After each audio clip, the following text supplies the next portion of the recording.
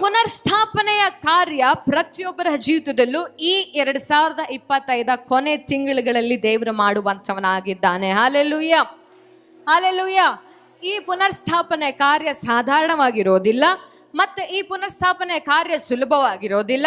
ಈ ಪುನರ್ಸ್ಥಾಪನೆ ಕಾರ್ಯದಲ್ಲಿ ಎಲ್ಲರೂ ಕೂಡ ಕೈ ಜೋಡಿಸುವುದಿಲ್ಲ. ಆದರೆ ದೇವರು ತಾನು ಆರಿಸಿಕೊಂಡಿರುವಂಥ ಮಕ್ಕಳ ಮನಸ್ಸಿನಲ್ಲಿ ದಿನೇ ದಿನೇ ಆ ಪ್ರೇರೇಪಣೆಯನ್ನು ಕೊಟ್ಟು ಕೊಟ್ಟು ಕೊಟ್ಟು ಕೊಟ್ಟು ಆ ಮಕ್ಕಳನ್ನು ಪುನರ್ಸ್ಥಾಪನೆ ಕಡೆಗೆ ಕರೆದುಕೊಂಡು ಬರುವಂಥವನಾಗಿದ್ದಾನೆ. Hallelujah, hallelujah.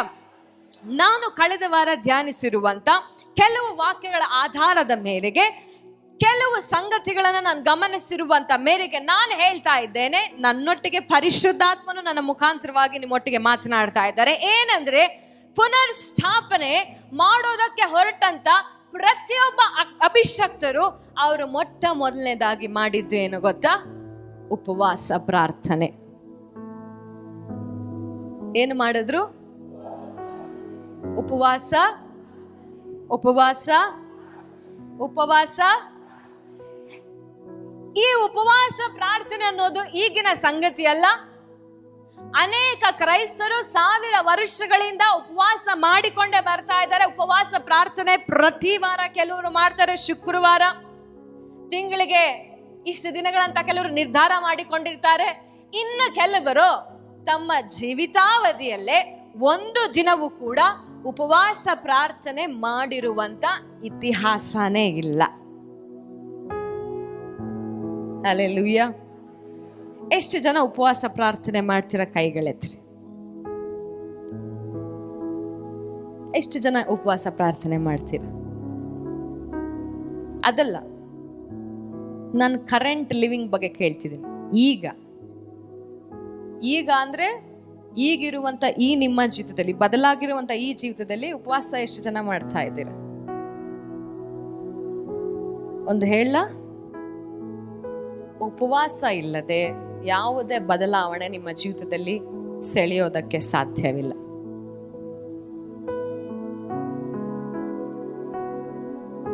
ಎಷ್ಟು ಜನರಿಗೆ ಅರ್ಥ ಆಗ್ತಿದೆ?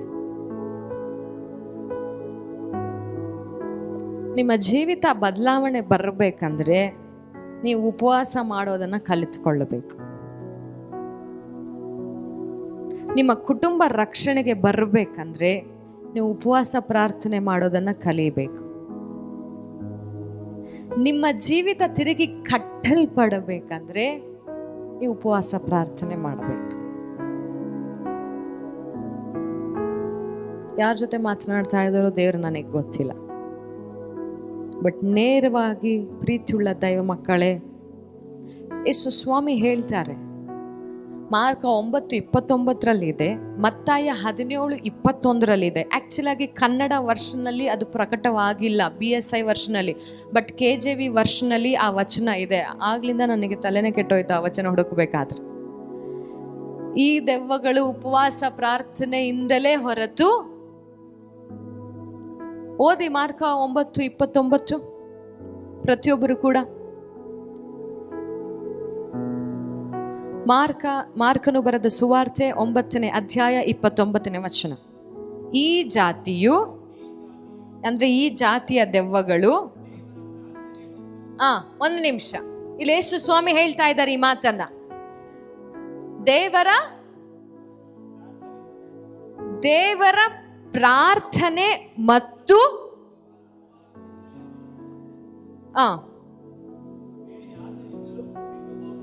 ಇಲ್ಲಿ ಗಮನವಿಟ್ಟು ಕೇಳಿ. ಇಲ್ಲಿ ಈ ಜಾತಿಯ ದೆವ್ವಗಳು ದೇವರ ಬಳಿ ಮಾಡುವಂತ ಪ್ರಾರ್ಥನೆ, ದೇವರೊಟ್ಟಿಗೆ ಮಾಡುವಂತ ಉಪವಾಸ. ಇದರ ಅರ್ಥ ಉಪವಾಸದೊಳಗೆ ಪ್ರಾರ್ಥನೆ ಅಡಕವಾಗಿದೆ. ನೀವು ಪ್ರಾರ್ಥನೆ ಬಿಟ್ಟು ಉಪವಾಸ ಮಾಡೋದಕ್ಕಾಗೋದಿಲ್ಲ, ಉಪವಾಸ ಬಿಟ್ಟು ಪ್ರಾರ್ಥನೆ ಮಾಡೋದಕ್ಕಾಗೋದಿಲ್ಲ. ಹಲ್ಲೆಲೂಯಾ. ಅಂದ್ರೆ ನೀವು ಉಪವಾಸ ಮಾಡ್ತಾ ಇದ್ದೀರಾ ಅಂದ್ರೆ ಪ್ರಾರ್ಥನೆ ಅಲ್ಲಿ ಇರಲೇಬೇಕು. ಎಷ್ಟೋ ಜನರನ್ನ ನಾನು ನೋಡಿದ್ದೇನೆ, ಉಪವಾಸಕ್ಕೆ ನಿರ್ಣಯ ಮಾಡ್ಕೊಳ್ತೀರಾ, ಕೆಲಸಕ್ಕೆ ಹೋಗ್ತೀರಾ, ಕೆಲಸಗಳನ್ನ ಮಾಡ್ತೀರಾ, ಬೇರೆ ಲೋಕದ ಎಲ್ಲಾ ಕ್ರಿಯೆಗಳನ್ನ ಮಾಡ್ತೀರಾ, ಆದ್ರೆ ಹೆಸರಿಗೆ ಮಾತ್ರ ನಾನು ಉಪವಾಸ ಪ್ರಾರ್ಥನೆ ಮಾಡ್ತಿದ್ದೀನಿ ಅಂತ ಹೇಳ್ತೀರ? ಹಲ್ಲೆಲೂಯಾ. ಎಷ್ಟೋ ಜನರು ನಾನು ಗಮನಿಸಿದ್ದೇನೆ, ಉಪವಾಸ ಪ್ರಾರ್ಥನೆ ಮಾಡ್ತಿದ್ದೀವಿ ಅಂತ ಹೇಳ್ಕೊಂಡೆ ಆರಾಮಾಗಿ ಮೊಬೈಲ್ಗಳಲ್ಲಿ ಸಮಯವನ್ನ ಕಳೀತಾ ಇರ್ತೀರ, ಫೋನ್ಗಳಲ್ಲಿ ಟಿವಿಗಳನ್ನ ಆನ್ ಮಾಡ್ಕೊಂಡಿರ್ತೀರಾ, ನಿಮ್ಮ ಮನೆಗಳಲ್ಲಿ ನಿಮ್ಮ ಸ್ನೇಹಿತರೊಟ್ಟಿಗೆ ಮಾತನಾಡ್ತಾ ಇರ್ತೀರಾ. ಪ್ರಾರ್ಥನೆ ಬರೀ 5 ನಿಮಿಷಕ್ಕೆ ಮಾತ್ರ ಸೀಮಿತವಾಗಿರುತ್ತೆ ನಿಮ್ಮ ಉಪವಾಸದ ಪ್ರಾರ್ಥನೆ. ಉಪವಾಸ ಪ್ರಾರ್ಥನೆ ಅಂದ್ರೆ ಏನು ಗೊತ್ತಾ? ಅದರ ಮೂಲ ಪದದ ಅರ್ಥ ಏನಂದ್ರೆ ಪ್ರತಿಯೊಂದನ್ನ ತ್ಯಜಿಸಿ ದೇವರ ಸನ್ನಿಧಾನದಲ್ಲಿ ನಿಮ್ಮನ್ನ ನೀವು ತಗ್ಗಿಸಿಕೊಂಡು ಕೂತುಕೊಳ್ಳೋದು. ಎಷ್ಟು ಜನರಿಗೆ ಅರ್ಥ ಆಯ್ತು? ಉಪವಾಸದ ಮೂಲ ಪದದ ಅರ್ಥ ಎಲ್ಲವನ್ನ ತ್ಯಜಿಸಿ. ಊಟ ಅಂದ್ರೆ ಏನು ಗೊತ್ತಮ್ಮ? ನೀನು ಕಣ್ಣಿಂದ ಏನೆಲ್ಲ ಸ್ವೀಕರಿಸಿಕೊಳ್ಳುತ್ತೀಯೋ ಅದು ನಿನ್ನ ಪ್ರಾಣಕ್ಕೆ ಊಟ. ಇಮೋಷನ್ಸ್, ಅರ್ಥ ಆಗ್ತಿದೆಯಾ? ನಿಮ್ಮ ಭಾವನೆಗಳಿಗೆ ಅದು ಊಟ. ಈ ಕಣ್ಣನ್ನ ನೇರವಾಗಿ 3 ದಿನಗಳ ಕಾಲ ದೇವರ ಕಡೆಗೆ ತಿರುಗಿಸೋದೇ ನಿಜವಾದಂತ ಉಪವಾಸ. ಬರೀ ಲೌಕಿಕ ಆಹಾರದ ಬಗ್ಗೆ ನಾನು ಹೇಳ್ತಾ ಇಲ್ಲ. Abstain from food, abstain from worldly food. Cinema, phone, Instagram, Facebook, friends, ಮನೆ, ಕೆಲಸ. ಈ ಕಣ್ಣು ನೋಡಿ, ಎಲ್ಲಿ ತನಕ ಈ ಕಣ್ಣು ನಿಮ್ಮ ಪ್ರಾರ್ಥನೆ ಕೋಣೆಯೊಳಗಿರುತ್ತೋ ಅಲ್ಲಿ ತನಕ ದೇವರೊಟ್ಟಿಗೆ ಬಲವಾಗಿ ನಿಮ್ಮ ಆತ್ಮ ಆತನ ಪ್ರಸನ್ನತೆಯಲ್ಲಿ ತಂಗುತ್ತಾ ಆತನೊಟ್ಟಿಗೆ ಮಾತನಾಡೋದಕ್ಕೆ ತವಕ ಪಡ್ತಾ ಇರುತ್ತೆ, ಆತನ ಸ್ವರವನ್ನ ಕೇಳ್ತಾ ಇರುತ್ತೆ. ಆದ್ರೆ ಇದೇ ಈ 2 ಕಣ್ಣುಗಳು ಆ ರೂಮಿಂದ ಹೊರಗೆ ಬಂದ ತಕ್ಷಣ ಈ ಕಣ್ಣು ನೇರವಾಗಿ ಫೋನ್ಗೆ ಹೋಗ್ಬಿಟ್ರೆ ಈ ಸೋಲಿಶ್ ಬಿಹೇವಿಯರ್ ಏನಿದೆಯಲ್ಲ, ಈ ನಮ್ಮ ಇಮೋಷನ್ಸ್ಗಳು ಏನಿದೆಯಲ್ಲ, ನಮ್ಮ ಭಾವನೆಗಳು ನೇರವಾಗಿ ಅದಕ್ಕೆ ಕನೆಕ್ಟ್ ಆಗ್ಬಿಡುತ್ತೆ. ಇಲ್ಲ ಹೊರಗೆ ಬರ್ತೀರಾ, ಅಡುಗೆ ಮನೆಗೆ ನೋಡ್ತೀರಾ, ಅಡುಗೆ ಮನೆಯನ್ನು ನೋಡ್ತೀರಾ, ನೇರವಾಗಿ ಈ ಕಣ್ಣು ಎಲ್ಲ ಹೋಗುತ್ತೆ. ಇಲ್ಲ ಕಾಂಪೌಂಡ್ ಇಂದ ಹೊರಗೆ ಹೋಗ್ತೀರಾ, ಬೀದಿಗಳಲ್ಲಿ ಹೋಗ್ತೀರಾ, ನೇರವಾಗಿ ಈ ಕಣ್ಣು ಏನನ್ನ ನೋಡುತ್ತೋ ಆ ಭಾವನೆಯನ್ನ ಇಲ್ಲಿ ಒಳಗೆ ವ್ಯಕ್ತಪಡಿಸುತ್ತೆ. ಹೌದಾ? ಬಟ್ ಇಲ್ಲಿ ಯೇಸು ಸ್ವಾಮಿ ಹೇಳ್ತಾ ಇದ್ದಾರೆ, ಪ್ರಾರ್ಥನೆ ಮತ್ತು ಉಪವಾಸದ ನಿಜವಾದಂತ ಅರ್ಥ ಎಲ್ಲವನ್ನೇ ತ್ಯಜಿಸಿ ಊಟ, ಪ್ರಪಂಚ, ಲೋಕ ಎಲ್ಲವನ್ನ ತ್ಯಜಿಸಿ ದೇವರ ಸನ್ನಿಧಾನದಲ್ಲಿ ಕೂತುಕೊಳ್ಳೋದಲ್ಲ, ತಗ್ಗಿಸಿಕೊಂಡು ಕೂತುಕೊಳ್ಳೋದು. ಏನ್ ಹೇಳ್ರಿ? ತಗ್ಗಿಸಿಕೊಂಡು ಕೂತುಕೊಳ್ಳೋದು. ತಗ್ಗಿಸಿಕೊಂಡು, ಯಾವುದೇ ಅಹಂಕಾರವಿಲ್ಲದ ಹಾಗೆ. ಅದರ ಅರ್ಥ ನಾನೇ ಪ್ರೇಯರ್ ಮಾಡಬೇಕು, ನಾನು ಹೀಗೆ ಪ್ರೇಯರ್ ಮಾಡಬೇಕು, ನಾನು ಇದೇ ವಚನ ಓದಬೇಕು, ನಾನು ಇದೇ ಆಶೀರ್ವಾದ ಘೋಷಣೆ ಮಾಡಬೇಕು, ನಾನು ಇದೇ ಅಧ್ಯಾಯ ಓದಬೇಕು, ನಾನು ಇದೇ ಹಾಡು ಕೇಳಬೇಕು, ದೇವ್ರು ಹೀಗೆ ನನ್ನ ಹತ್ರ ಮಾತನಾಡಬೇಕು, ದೇವ್ರು ಇದೇ ವಿಷಯದಲ್ಲಿ ನನ್ನ ಹತ್ರ ಮಾತನಾಡಬೇಕು, ದೇವ್ರು ಇದೇ ಪ್ರಾರ್ಥನೆಯನ್ನ ಉತ್ತರವಾಗಿ ನನಗೆ ಕಳಿಸಿಕೊಡಬೇಕು, ಇದೇ ನಾನು ಅನ್ಕೊಂಡಿದ್ದೆ ಆಗಬೇಕು ಉಪವಾಸ ಪ್ರಾರ್ಥನೆಯಲ್ಲಿ ಅಂತ ಅಂದುಕೊಂಡಿರೋದಾದ್ರೆ ನೀವು ಸಾಯೋ ತನಕ ಉಪವಾಸ ಪ್ರಾರ್ಥನೆಗೆ ಯಾವತ್ತೂ ಕೂಡ ಉತ್ತರ ಬರೋದಿಲ್ಲ. ಆದ್ರೆ ಯಾವಾಗ ದೇವರನ್ನ ಎದುರು ನೋಡೋದಕ್ಕೆ ಮಾತ್ರ, ದೇವರ ನಿನ್ನ ಚಿತ್ತ, ನಿನ್ನ ಉದ್ದೇಶ ನನಗೆ ತಿಳಿಸಿಕೊಡು ಎಂಬುದಾಗಿ ನಿಮ್ಮನ್ನ ನೀವು ತಗ್ಗಿಸಿಕೊಂಡು ಕೂತುಕೊಳ್ಳಬೇಕಾದ್ರೆ ಆ ತಗ್ಗಿಸುವಿಕೆಯನ್ನು ಕಾಣುವಂತ ಪರಲೋಕದ ತಂದೆ ಅಲ್ಲಿ ಇಳಿದು ಬಂದು ತನ್ನ ಉದ್ದೇಶಗಳನ್ನು ನಿಮ್ಮ ಜೀವಿತದಲ್ಲಿ ನೆರವೇರಿಸುವಂತವನಾಗಿದ್ದ. Hallelujah, hallelujah, hallelujah. ಮೊಟ್ಟ ಮೊದಲನೇದಾಗಿ ಉಪವಾಸ ಪ್ರಾರ್ಥನೆ ಅಂದ್ರೆ ಎಲ್ಲವನ್ನ ತ್ಯಜಿಸಿ ದೇವರ ಸನ್ನಿಧಾನದಲ್ಲಿ ತಗ್ಗಿಸಿಕೊಂಡು ಕೂತುಕೊಳ್ಳೋದು. ಅದಕ್ಕೆ ದೇವರ ವಾಕ್ಯ ಹೇಳಿದ ಯಾಕೋಬನಲ್ಲಿ, ದೇವರ ತ್ರಾಣವುಳ್ಳ ಹಸ್ತದ ಕೆಳಗಡೆ ನಿಮ್ಮನ್ನ ನೀವು ತಗ್ಗಿಸಿಕೊಳ್ಳಿರಿ, ಆಗ ಆತನು ತಕ್ಕ ಸಮಯದಲ್ಲಿ ನಿಮ್ಮನ್ನ ಮೇಲಕ್ಕೆ ಎತ್ತುವನು ಎಂಬುದ. ಯಾವುದ್ರ ಬಗ್ಗೆ ಮಾತನಾಡ್ತಾ ಇದ್ದಾನೆ ಯಾಕೋಬನು? ಯಾವುದ್ರ ಬಗ್ಗೆ ಮಾತನಾಡ್ತಾ ಇದ್ದಾನೆ? ಈ ದೇಹ, ಗಮನಿಟ್ಟು ಕೇಳಮ್ಮ, ಈ ದೇಹ ಉಪವಾಸ ಅಲ್ಲದೆ ಹೋದ್ರೆ ಮತ್ಯಾವುದರಿಂದಲೂ ಕೂಡ ಇದು ತಗ್ಗಿಸುವಿಕೆಯನ್ನು ಕಲಿತುಕೊಳ್ಳೋದಿಲ್ಲ. ಉಪವಾಸ ಇಲ್ಲದೆ ಹೋದ್ರೆ ಈ ದೇಹ ಅಹಂಕಾರದಲ್ಲಿ ಮೆರೀತಾ ಇರುತ್ತೆ. ಉಪವಾಸ ಇಲ್ಲದೆ ಹೋದ್ರೆ ಈ ದೇಹ ತನ್ನದೇ ರೀತಿಯಾಗಿ ಜೀವಿಸೋದನ್ನ ಕಲಿಸಿಕೊಡ್ತಾ ಇರುತ್ತೆ. ನಿಮಗೆ ತನ್ನ ದರ್ಪವನ್ನ ತೋರಿಸುತ್ತಾ ಇರುತ್ತೆ. ತನಗೆ ಮನಸ್ಸಿಗೆ ಬಂದದ್ದನ್ನ, ತನ್ನ ಕಣ್ಣಿಗೆ ಕಾಣಿಸುವಂತದನ್ನ, ಇದನ್ನು ತಗೋ, ಇದನ್ನು ತಿನ್ನು, ಅಲ್ಲಿ ಹೋಗೋ, ಅವ್ರ ಹತ್ರ ಮಾತನಾಡು. ಈ ದೇಹವನ್ನ ನೀನು ಅಡಗಿಸಬೇಕಂದ್ರೆ ಈ ದೇಹಕ್ಕೆ ಏನು ಬೇಕೋ ಅದನ್ನ ಕೊಡಬಾರದು. ನೀನ್ ಡಿಸೈಡ್ ಮಾಡು, ನನ್ನ ದೇಹಕ್ಕೆ 3 ದಿನಗಳ ಕಾಲ ನಾನೇನು ಕೊಡೋದಿಲ್ಲ, ನನ್ನ ದೇಹಕ್ಕೆ 7 ದಿನಗಳ ಕಾಲ ನಾನೇನು ಕೊಡಲ್ಲ, ನನ್ನ ದೇಹಕ್ಕೆ 21 ದಿನಗಳ ಕಾಲ ನಾನೇನು ಕೊಡಲ್ಲ. ಎಷ್ಟು ದೇಹವನ್ನ ಜಜ್ಜಬೇಕೆಂಬುದಾಗಿ ನೀವು ತೀರ್ಮಾನ ಮಾಡ್ಕೋತೀರೋ ಅಷ್ಟು ನೀವು ಜಜ್ಜೋದಕ್ಕೆ ಕೂತುಕೊಂಡ್ರೆ ಆತನು ತಕ್ಕ ಸಮಯದಲ್ಲಿ ನಿಮ್ಮನ್ನ ಮೇಲಕ್ಕೆ ಎತ್ತುವಂತವನಾಗಿದ್ದಾನೆ. ಹಲ್ಲೆಲೂಯ. ಹನ್ನಳ ಜೀವಿತದಲ್ಲಿ ನಾವು ನೋಡಿದ್ದೇವೆ, ಅವಳ ಕೊಂಬನ್ನ ದೇವರು ಎತ್ತದ್ರಂತೆ. ಅಂದ್ರೆ ನಿಮ್ಮ ಕೊಂಬನ್ನ ದೇವರು ಮೇಲಕ್ಕೆ ಎತ್ತುವಂತವನಾಗಿದ್ದಾನೆ. ಹಲ್ಲೆಲೂಯ. ಆತನ ಹಸ್ತವೇ ನಿಮ್ಮನ್ನ ಮೇಲಕ್ಕೆ ಎತ್ತುವಂತದ್ದಾಗಿದೆ. Hallelujah, hallelujah. ಎಷ್ಟು ಜನ ನೀವು ಉಪವಾಸ ಪ್ರಾರ್ಥನೆ ಮಾಡೋದನ್ನ ಮರೆತು ಬಿಟ್ಟಿದ್ದೀರೋ ನನಗೆ ಗೊತ್ತಿಲ್ಲ ಅಮ್ಮ, ನನಗೆ ಗೊತ್ತಿಲ್ಲ. ಬಟ್ ಇವತ್ತು ದೇವರು ಹೇಳ್ತಾ ಇದ್ದಾರೆ, ನೀನ್ ಬೆಳಗ್ಗೆ ಪ್ರಾರ್ಥನೆ ಮಾಡು, ಸಂಜೆ ಪ್ರಾರ್ಥನೆ ಮಾಡು, ಮಧ್ಯಾಹ್ನ ಪ್ರಾರ್ಥನೆ ಮಾಡು, ನನಗೆ ಅದು ಬೇಕಾಗಿಲ್ಲ. ಆದ್ರೆ ನನಗೆ ನೀನು ಬೇಕು, ನನ್ನನ್ನ ಬಿಟ್ಟು ನೀನೆಲ್ಲಿಗೂ ಹೋಗಬಾರದು. ಎಷ್ಟು ಜನರಿಗೆ ಅರ್ಥ ಆಗ್ತಾ ಇದೆ? ದೇವರು ನೇರವಾಗಿ ನಿಮ್ಮೊಟ್ಟಿಗೆ ಮಾತನಾಡ್ತಾ ಇದ್ದಾರೆ. ನನಗೆ ನೀನು ಬೇಕು, ನನ್ನ ಸನ್ನಿಧಾನದಲ್ಲಿ ಬಂದು ಕೂತ್ಕೋ. ಆ ಜಾತಿ ದೆವ್ವ, ಏನು ಬಡತನ, ದರಿದ್ರತನ, ಅಹಂಕಾರ, ಈ ದೇಹದಾಸೆ, ಈ ದೆವ್ವಗಳು ನಿನ್ನ ಮಾತಿನಿಂದ ಹೋಗಲ್ಲ. ಉಪವಾಸ ಪ್ರಾರ್ಥನೆ ಇಂದ ಹೋಗುವಂಥದ್ದ. Hallelujah, hallelujah.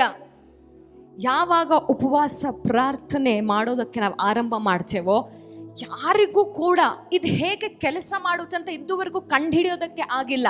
ಬಟ್ ಉಪವಾಸ ಪ್ರಾರ್ಥನೆ ಮಾತ್ರ ಒಂದು ನಂಬಿಕೆ ಅನ್ನುವಂಥ ಗಿಡವನ್ನ ನಮ್ಮೊಳಗೆ ಹುಟ್ಟಿಸೋದಕ್ಕೆ ಆರಂಭ ಮಾಡುತ್ತೆ. ಹಲ್ಲೆಲೂಯ. ಬಟ್ ಉಪವಾಸ ಮಾಡುವಾಗ ಯಾರಿಗೂ ಕೂಡ ಇದುವರೆಗೂ ಕಂಡುಹಿಡಿಯೋದಕ್ಕೆ ಆಗಿಲ್ಲ.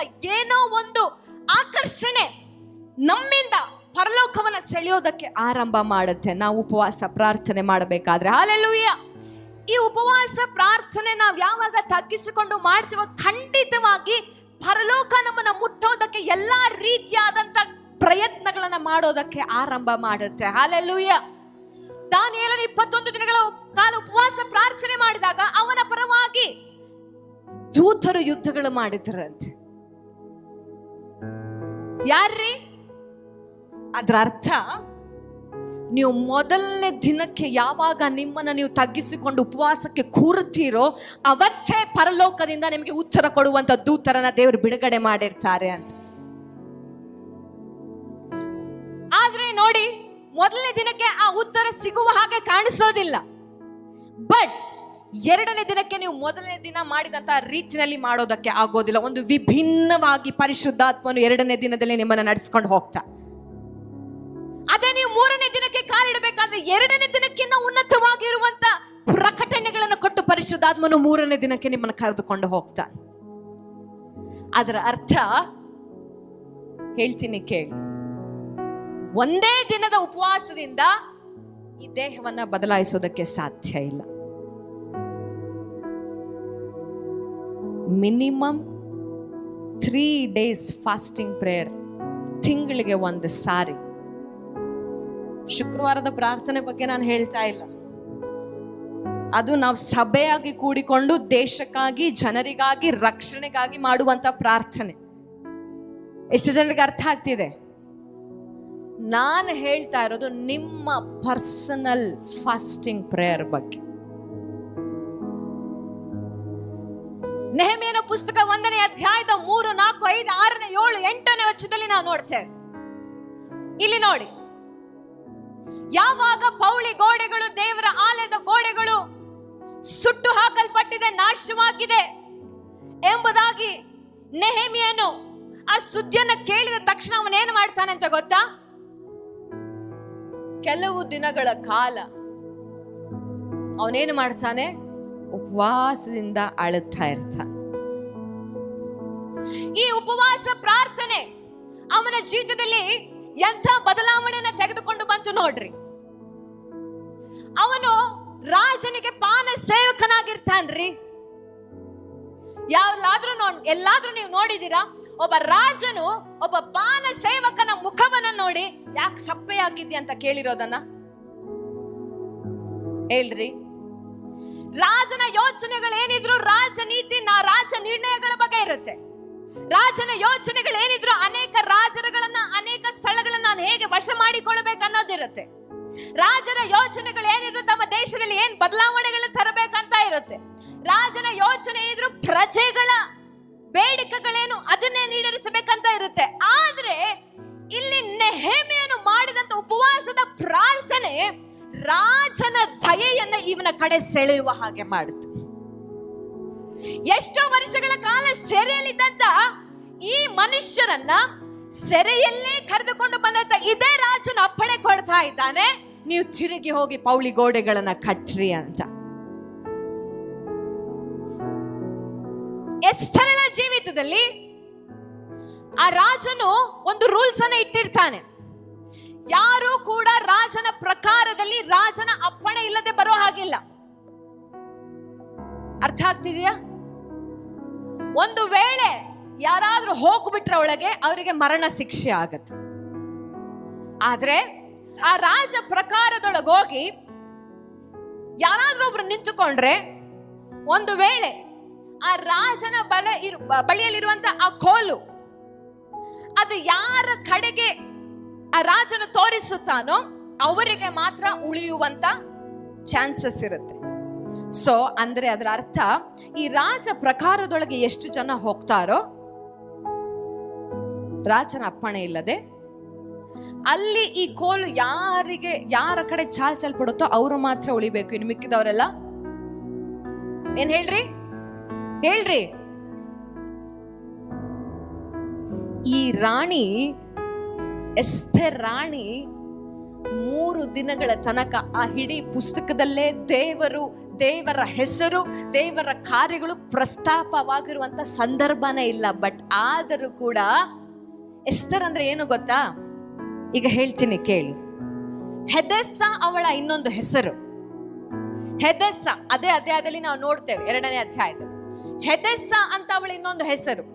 ಅದರ ಅರ್ಥ, 1ನೇ ಅರ್ಥ ಏನಂದ್ರೆ, ಮೊದಲನೇ ಅರ್ಥ ಅದು ಒಂದು ಸುಗಂಧ ಪರಿಮಳವನ್ನು ಕೊಡುವಂತ ಮರ, ಗಿಡ. 2ನೇ ಅರ್ಥ ಏನು ಗೊತ್ತಾ? ಅದರ ಅರ್ಥ ಹಿಡನ್ ಗಾಡ್ಲಿನೆಸ್, ದೈವತ್ವ ಅವಳ ಒಳಗಡೆ ತುಂಬಿಕೊಂಡಿತ್ತು. Godliness was hidden inside her. ದೈವತ್ವ, ದೇವರು ಅವಳ ಒಳಗೆ ಇದ್ದರು ಅಂತ ಅರ್ಥ. ಹಲ್ಲೆಲೂಯಾ. ಹೊರಗಿನ ಪ್ರಪಂಚಕ್ಕೆ ಅವಳ ಅನಾಥೆ ಆಗಿರಬಹುದು, ಆದ್ರೆ ಅವಳ ಹೆಸರಿನಲ್ಲಿ ಇದ್ದಂತ ಆ ಅಭಿಷೇಕ ಏನು ಗೊತ್ತಾ? ದೇವರು ಅವಳ ಒಳಗೆ ಇದ್ರು. ಅಂದ್ರೆ ಅವಳು ಅನಾಥಳಾಗಿರ್ಲಿಲ್ಲ, ಅವಳೊಟ್ಟಿಗೆ ದೇವರು ಇದ್ದರು ಅಂತ ಅರ್ಥ. ಹಲ್ಲೆಲೂಯಾ.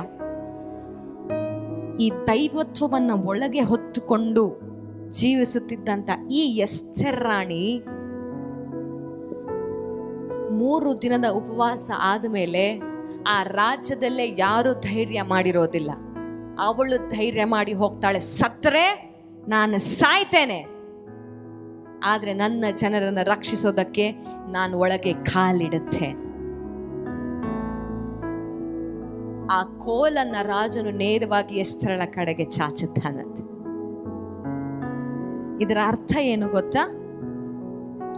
ನಿಮ್ಮ ಜೀವಿತ ತಿರುಗಿ ಕಟ್ಟಲ್ಪಡೋದಕ್ಕೆ ದೇವರ ದಯೆ ಉಪವಾಸದಿಂದ ನಿಮ್ಮ ಜೀವಿತದಲ್ಲಿ ಮತ್ತೆ ಬಿಡುಗಡೆಯಾಗುವಂಥದ್ದಾಗಿದೆ.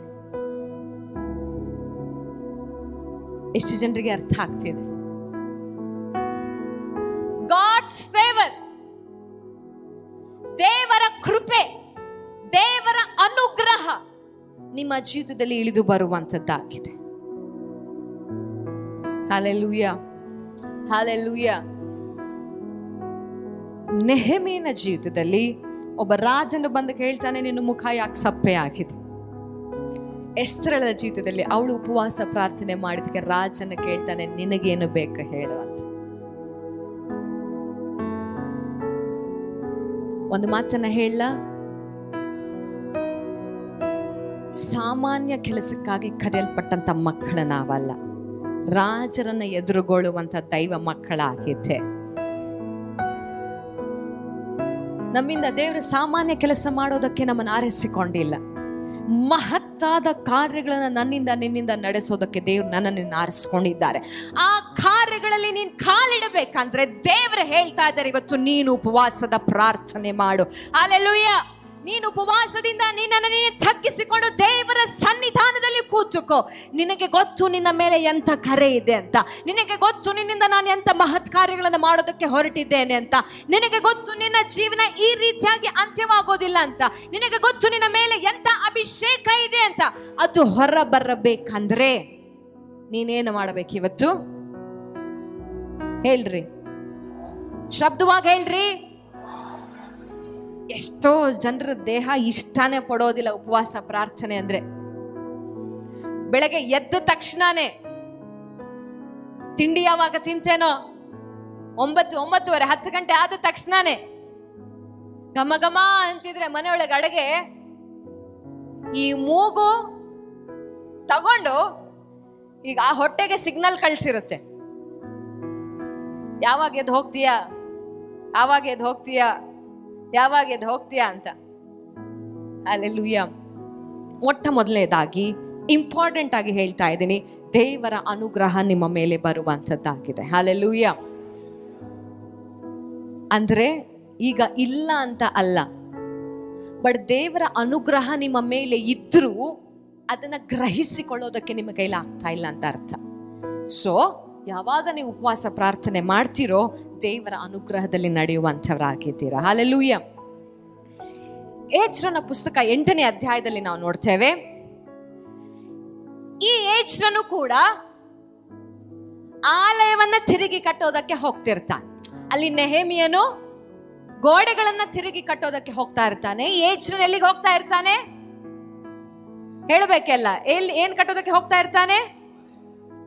8ನೇ ಅಧ್ಯಾಯದ 21ನೇ ವಚನದಲ್ಲಿ ಪ್ರತಿಯೊಬ್ಬರು ಕೂಡ ಬೈಬಲ್ಗಳನ್ನ ತೆಗೆದುಕೊಳ್ಳೋಣ. 8ನೇ ಅಧ್ಯಾಯ 21ನೇ ವಚನ ನಾನೇ ಓದ್ತೀನಿ, ನೀವು ಗಮನವಿಟ್ಟು ಕೇಳಿ.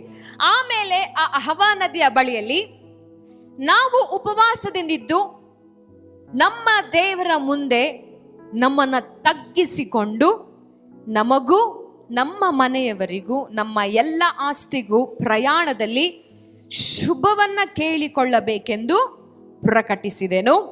ನಮ್ಮ ದೇವರ ಹಸ್ತವು ಆತನ ಎಲ್ಲ ಶರಣಾರ್ಥಿಗಳನ್ನು ಪಾಲಿಸುವುದು, ಆತನ ಬಲವಾದ ರೌದ್ರಕ್ಕೆ ಆತನನ್ನು ತೊರೆದು ಬಿಟ್ಟವರೆಲ್ಲರೂ ಗುರಿಯಾಗುವರು ಎಂದು ನಾವು ಗಮನವಿಟ್ಟು ಕೇಳಬೇಕು. ಅರಸನ ಮುಂದೆ ಹೇಳಿದ್ದರಿಂದ ದಾರಿಯಲ್ಲಿ ನಮ್ಮನ್ನು ಶತ್ರುಗಳಿಂದ ರಕ್ಷಿಸುವುದಕ್ಕೋಸ್ಕರ ಸೈನ್ಯವನ್ನು ಅಶ್ವಬಲವನ್ನ ಕೇಳಿಕೊಳ್ಳುವುದಕ್ಕೆ ನಾಚಿಕೊಂಡಿದ್ದೇನು. ನಾವು ಈ ಕಾರಣದಿಂದ ಉಪವಾಸ ಮಾಡಿ ದೇವರನ್ನ ಪ್ರಾರ್ಥಿಸಲು ಆತನು ನಮಗೆ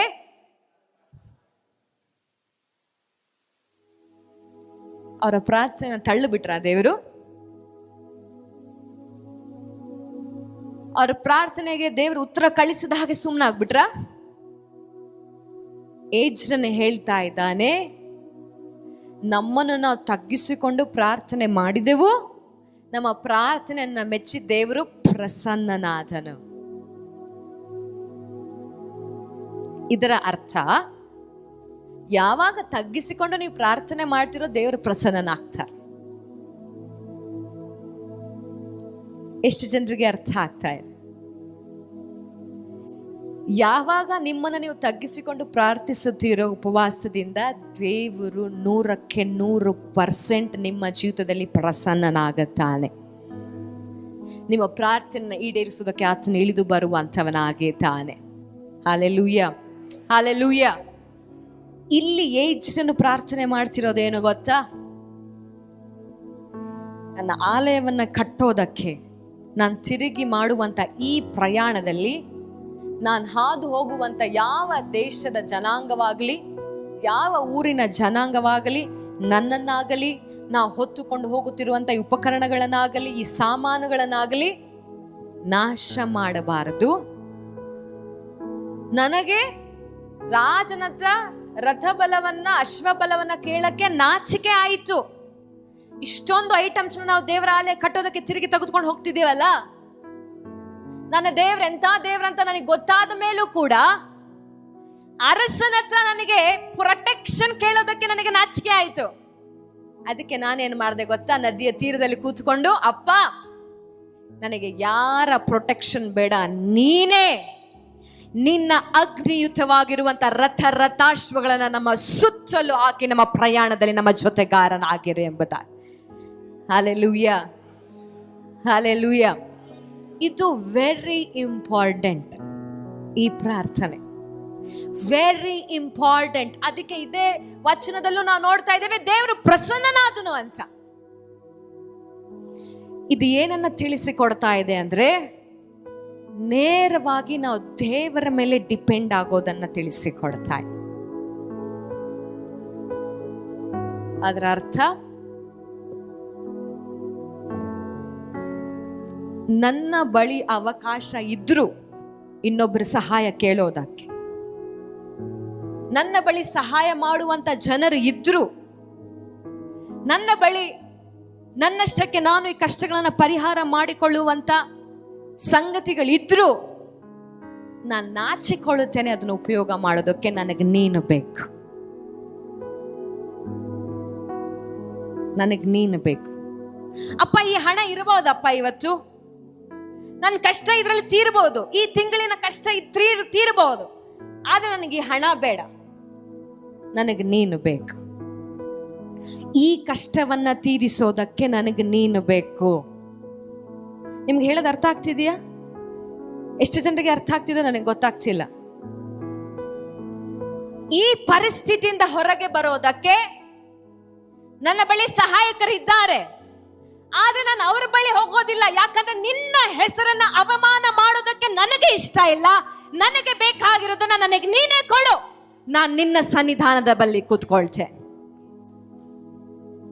ಹಲ್ಲೆಲೂಯ. ನೀವು ನಂಬುತ್ತೀರೋ ಬಿಡ್ತೀರೋ, ಇದು ನನ್ನ ಪರ್ಸನಲ್ ಸಾಕ್ಷಿಯಾಗಿ ಹೇಳ್ತಾ ಇದೆ. ನಾನು ಕಳೆದ ಒಂದು ವಾರದಿಂದ ಒಂದು ಮೀಟಿಂಗ್ ಅನ್ನ ಜಾಯಿನ್ ಆಗಿದ್ದೆ. ಅದಕ್ಕೆ ನನಗೆ 8,000 ಬೇಕಾಗಿತ್ತು. ಎಷ್ಟು? ನನ್ನ ಹತ್ರ ಬರೀ 4,000 ಬ್ಯಾಲೆನ್ಸ್ ಇತ್ತು. ಎಷ್ಟು ಸಾವಿರ?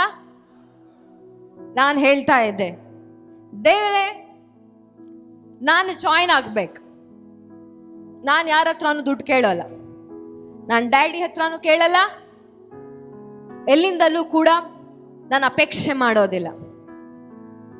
ಅದೇನು ಮಾಡ್ಚೋ ಗೊತ್ತಿಲ್ಲ, ನನಗೆ ನಿನ್ನ ಹೆಸರು ಅವಮಾನಕ್ಕೆ ಗುರಿ ಆಗಬಾರ್ದು. ಈ ಕೂಟಕ್ಕೆ ಜಾಯಿನ್ ಆಗೋದಕ್ಕೆ ನನಗೆ ಬೇಕಿರುವ ಹಣವನ್ನ ನೀನು ನನಗೆ ಒದಗಿಸ್ಕೊಡು ಅಷ್ಟೆ.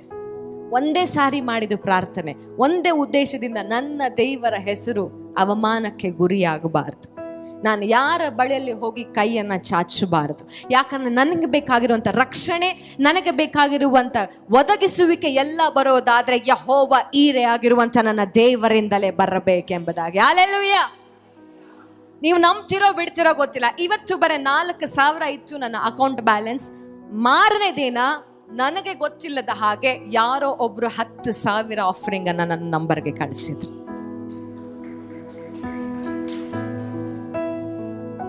ಹಲ್ಲೆಲೂಯ. ದೇವರನ್ನ ಕೇಳಿಕೊಳ್ಳೋದನ್ನ ಕಲಿತುಕೊಳ್ಳ್ರಿ. ದೇವರ ಮೇಲೆ ಡಿಪೆಂಡ್ ಆಗೋದನ್ನ ಕಲಿತುಕೊಳ್ಳ್ರಿ. ಪ್ರತಿಯೊಂದಕ್ಕೂ ದೇವರ ಬಳಿ ಓಡ್ರಿ. ಚಿಕ್ಕ ವಿಷಯದಲ್ಲಾಗ್ಲಿರಿ, ದೇವರ ಬಳಿ ಓಡ್ರಿ. ದೇವರ ಬಲಗೈ ಮೋಟುಗೈ ಅಲ್ಲ. ಆತನ ಕೈ ಚಿಕ್ಕ ಹಸ್ತವಲ್ಲ, ಆತನು ಧಾರಾಳವಾಗಿ ನಿಮಗೋಸ್ಕರ ಕೈ ಚಾಚುವಂತ ದೇವರಾಗೇತ. Hallelujah, hallelujah. ಇಲ್ಲಿ ಯೇಸುವಿನ ಉಪವಾಸದಿಂದ ಪ್ರಾರ್ಥನೆ ಮಾಡ್ತಾ, ನನಗೆ ರಾಜನ ಪ್ರೊಟೆಕ್ಷನ್ ಬೇಡ, ನನಗೆ ನಿನ್ನ ಪ್ರೊಟೆಕ್ಷನ್ ಬೇಕಪ್ಪ. ಅವನು ಹೇಳ್ತಾನೆ, ನನಗೆ ನಿನ್ನ ಹೆಸರು ಅವಮಾನವಾಗೋದಕ್ಕೆ ಇಷ್ಟ ಇಲ್ಲ. ಅದೇ ರೀತಿಯಲ್ಲಿ ಏನು ಗೊತ್ತಾ, ದೇವರು ಅವನಿಗೆ ಪ್ರೊಟೆಕ್ಷನ್ ಕೊಡ್ತಾರೆ. ಅವನು ಹೋಗುವಂತ ಪ್ರಯಾಣದಲ್ಲಿ ಒಬ್ಬನು ಕೂಡ ಅವನ ಕಡೆಗೆ ತಿರುಗಿ ನೋಡ್ಲಿಲ್ವಂತೆ. ಹಲ್ಲೆಲೂಯ. ಒಬ್ಬನು ಕೂಡ ಅವನ ಸಾಮಾನುಗಳನ್ನ ಮುಟ್ಟಲಿಲ್ವಂತೆ. ನೇರವಾಗಿ ಎಲ್ಲಿಂದ ತೆಗೆದುಕೊಂಡು ಬಂದ್ರು, ಹೇಗೆ ಬಂತು ಅದೇ ರೀತಿಯಾಗಿ ಮತ್ತೆ ಆಲಯ ಕಟ್ಟಲ್ಪಡೋದಕ್ಕೆ ಅದೇ ಸ್ಥಿತಿಯಲ್ಲಿ ಅದು ಯೆರೂಸಲೇಮನ್ನ ಮುಟ್ಟಿತು. Hallelujah, hallelujah, hallelujah. ಉಪವಾಸ ಪ್ರಾರ್ಥನೆ ಎರಡನೇದಾಗಿ ದೇವರ ಮೇಲೆ ಡಿಪೆಂಡ್ ಆಗೋದನ್ನ ನಿಮಗೆ ಕಲಿಸಿಕೊಡುತ್ತೆ. ಯಾರ ಮೇಲೆ? ಸಾಮಾನ್ಯ ಮನುಷ್ಯನ ಮೇಲೆ ಅಲ್ಲ, ಒಬ್ಬ ಅಧಿಕಾರಿ ಮೇಲೆ ಅಲ್ಲ, ನಿಮ್ಮ ತಂದೆ ತಾಯಿಯ ಮೇಲೆ ಅಲ್ಲ, ನಿಮ್ಮ ಅಣ್ಣ ಅಕ್ಕನ ಮೇಲೆ ಅಲ್ಲ, ನೇರವಾಗಿ ದೇವಾದಿ ದೇವನ ಮೇಲೆ, ದೇವಾದಿ ದೇವನ ಮೇಲೆ ಹೇಗೆ ಆಧಾರ ಮಾಡಿಕೊಳ್ಳಬೇಕೆಂಬುದಾಗಿ ನಿಮಗೆ ಉಪವಾಸ ಪ್ರಾರ್ಥನೆ ಹೇಳಿಕೊಡುವಂಥದ್ದು. Hallelujah, hallelujah, hallelujah. ನಾನು ನಿಜವಾಗ್ಲೂ ನಾನು ರೆಡಿಯಾಗಿ ಬಂದಿಲ್ಲ, ಆದ್ರೆ ಮೂರನೇದಾಗಿ ದೇವರೇ ಹೇಳ್ತಾ ಇದ್ದಾರೆ, ಇದನ್ನ ನೀನು ಖಂಡಿತವಾಗಿ ಹೇಳಬೇಕಂತ. ಹಲ್ಲೆಲೂಯ. ಈ 3 ವಿಷಯಗಳನ್ನ ಹೇಳಿ ನಾನು ಮುಗಿಸ್ತೀನಿ. ಇನ್ನು ಕೆಲವು ಪಾಯಿಂಟ್ಗಳನ್ನ ಹೇಳಿ ಆಮೇಲೆ ನಾನು ಮುಗಿಸ್ತೀನಿ. ಹಲ್ಲೆಲೂಯ. ಮೂರನೇದನ್ನ ಮಾತ್ರ ಒಂದು ಕೆಲವು ನಿಮಿಷಗಳ ಕಾಲ ನಾನು ಹೇಳ್ತೀನಿ. ಮೂರನೇದಾಗಿ ಮತ್ತಾಯನು ಬರೆದ ಸುವಾರ್ತೆ 4ನೇ ಅಧ್ಯಾಯ 1ರಿಂದ 3ರಲ್ಲಿ ನಾವು ನೋಡ್ತೇವೆ. ಲೂಕನು ಬರೆದ ಸುವಾರ್ತೆ 3ನೇ ಅಧ್ಯಾಯದಲ್ಲಿ ನಾವು ನೋಡ್ತೇವೆ. ಇಲ್ಲಿ ಯೇಸು ಸ್ವಾಮಿ 40 ದಿವಸಗಳ ಕಾಲ ಉಪವಾಸ ಪ್ರಾರ್ಥನೆಯನ್ನ ಮಾಡ್ತಾರೆ. Hallelujah, hallelujah. ಅಷ್ಟು ಮಾತ್ರವಲ್ಲ, ಅಪೊಸ್ತಲ ಕೃತ್ಯದಲ್ಲೂ ಕೂಡ ನಾವು ನೋಡ್ತೇವೆ. ಅಪೊಸ್ತಲ ಕೃತ್ಯದಲ್ಲಿ 13ನೇ ಅಧ್ಯಾಯದ 2ನೇ ವಚನದಲ್ಲೂ ಕೂಡ ನಾವು ನೋಡ್ತೇವೆ. ಯಾರಾದ್ರೂ 13:2 ತೆಗೆದಿಟ್ಟುಕೊಳ್ಳ್ರಿ. ಸೊ ಈ ಉಪವಾಸದ ಪ್ರಾರ್ಥನೆ ನಿಮಗೆ ದೇವರ ಸೇವೆಗೆ ಬಲ ಕೊಟ್ಟು ನಿಮ್ಮನ್ನ ದೇವರ ಸೇವೆಯಲ್ಲಿ ಕಾಲಿಡುವ ಹಾಗೆ ಮಾಡುವಂತದ್ದಾಗಿದೆ. ಅಂದ್ರೆ ನಿಮ್ಮ ಪರಿಪೂರ್ಣ ಕರೆಯಲ್ಲಿ ನೀವು ನಡೆಯುವ ಹಾಗೆ ಮಾಡುವಂತದ್ದಾಗಿದೆ. ಯಾರಾದ್ರೂ ಅಪೊಸ್ತಲ 13:2 ಓದ್ರಿ ಶಬ್ದವಾಗಿ.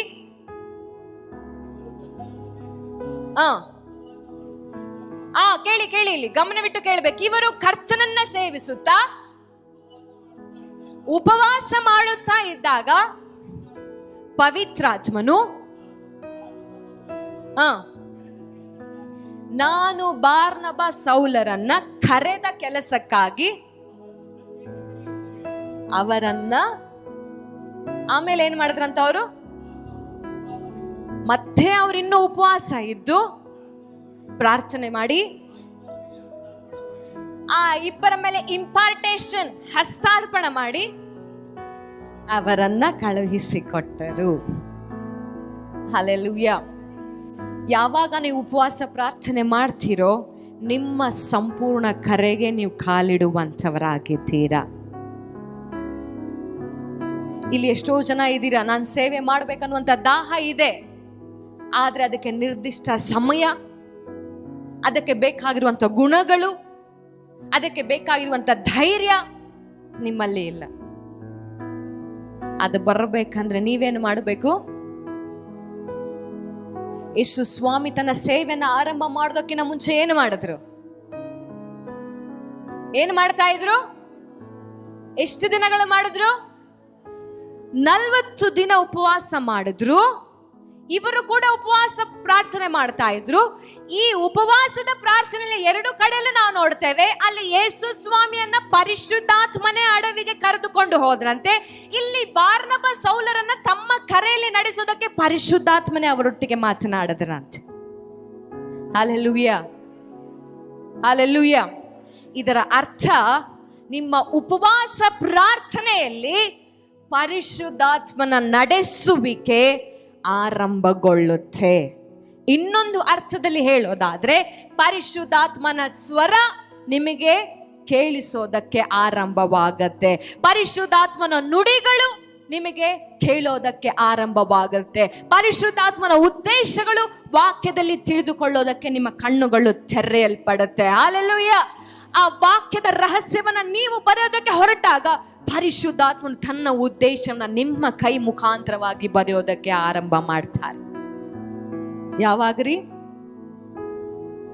ಯಾವಾಗ ಯಾವಾಗ ಯಾವಾಗ? ಉಪವಾಸ ಪ್ರಾರ್ಥನೆ ಸಾಧಾರಣವಾದಂಥ ಸಂಗತಿ ಅಲ್ಲ.